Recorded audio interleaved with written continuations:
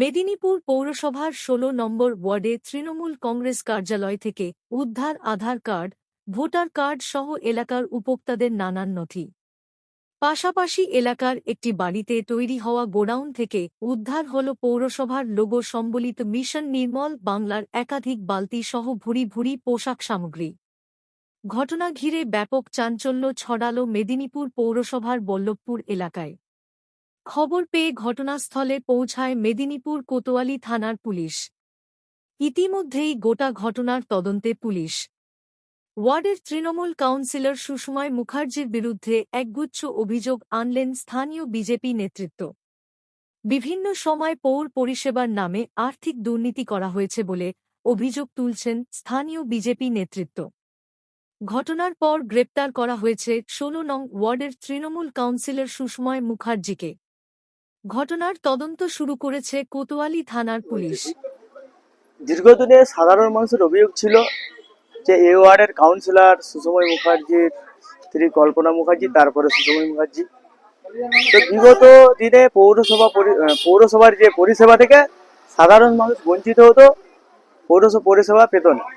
তো আজকে সাধারণ মানুষ হঠাৎ চোখে পড়ে যে বিভিন্ন তৃণমূল নেতাদের বাড়ি থেকে বিভিন্ন পরিষেবা যে দেওয়া হয় তার সামগ্রী বাড়ি থেকে উদ্ধার হচ্ছে।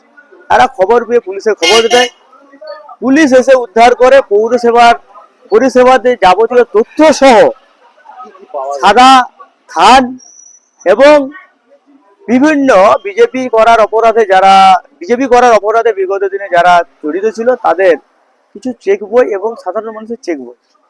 তো আমি বলতে চাই, সাধারণ মানুষের চেক বই থেকে বঞ্চিত হয়েছে, কিন্তু বিজেপি করার অপরাধে যে সাদা থান ধরা পড়েছে, সেই সাদা থান থাকার কারণ একটাই যে ২৬শে তৃণমূল ক্ষমতায় পুনরায় ফিরে আসতো এবং বিজেপি করার অপরাধে যারা বিজেপি করতো তাদের প্রত্যেকের হয়তো মৃতদেহ উদ্ধার হতো, তার স্ত্রীকে পরনে সাদা শাড়ি পরতে হতো। তো আজকে উদ্ধার হয়েছে সাধারণ মানুষের দাবি, কারণ ভারতীয় জনতা পার্টিকে ক্ষমতায় এনেছে সাধারণ মানুষের ভোটে। তো তাই আজকে ধরা পড়েছে। আমরা চাইবো কঠোর শাস্তি হোক এবং প্রকৃত যারা দোষী, সে পৌরসভার কাউন্সিলর থেকে চেয়ারম্যান থেকে তৃণমূলের বিগত দিনে যারা দায়িত্বে ছিলেন বিভিন্ন দপ্তরে, শাস্তি হোক। সজল জানা, মেদিনীপুর টাউনের সাধারণ সম্পাদক। 10 বছর যে 2013 সালে ওনার ওয়াইফ জিতে কল্পনা মুখার্জি এবং তারপরে তার স্বামী সুষময় মুখার্জি ওই পার্টি অফিসে বসে এলাকার মানুষের ভোটার কার্ড, রেশন কার্ড, আধার কার্ড যা পুলিশ পেয়েছে এবং পুলিশ সিজ করছে ত্রাণের জিনিস। সবচেয়ে বড় ব্যাপার, আবাস দুর্নীতির চেক এই পার্টি অফিসের মধ্যে পাবলিককে ডেকে সই করিয়ে নিয়ে পয়সা তোলা খেতে। এবং তার যে বড় দুর্নীতির প্রমাণ গোটা চতুর্দিকে আপনারা দেখতে পাচ্ছেন, আজ আবাস দুর্নীতি সবচেয়ে বড় দুর্নীতি। এলাকায় সাবমার্সিবল ডাকালিয়া, তারপরে যে জল প্রকল্প রয়েছে অমৃত প্রকল্প, তাতে দুর্নীতি এবং চেয়ারম্যানের নেতৃত্বে হয়।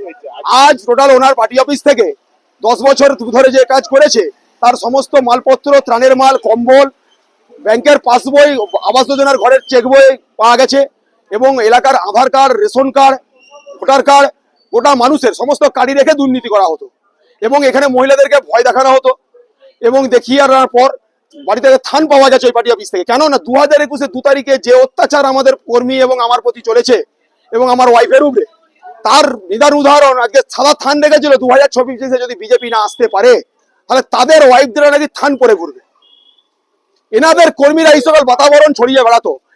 এবারে তৃণমূলের যুব সভাপতি সৌভিক সাউ, তার বাড়িতে আপনারা দেখেছেন প্রেস তুলেছে অপর্যাপ্ত সরকারি জিনিস, বালতি এবং আরেকটা বড় জিনিস, এই মুহূর্তে সুষময় মুখার্জি কেজরা সিআই, এই ডাস্টবিনের সমস্ত জিনিস রাখা রয়েছে এবং এলাকার ব্যবসাদারদের কাছ থেকে 10 টাকা 20 টাকা করে নিয়ে এই হপ্তাবাজির মূল কেলেঙ্কারির নায়ক হচ্ছে সুষময় মুখার্জি মেদিনীপুর শহর।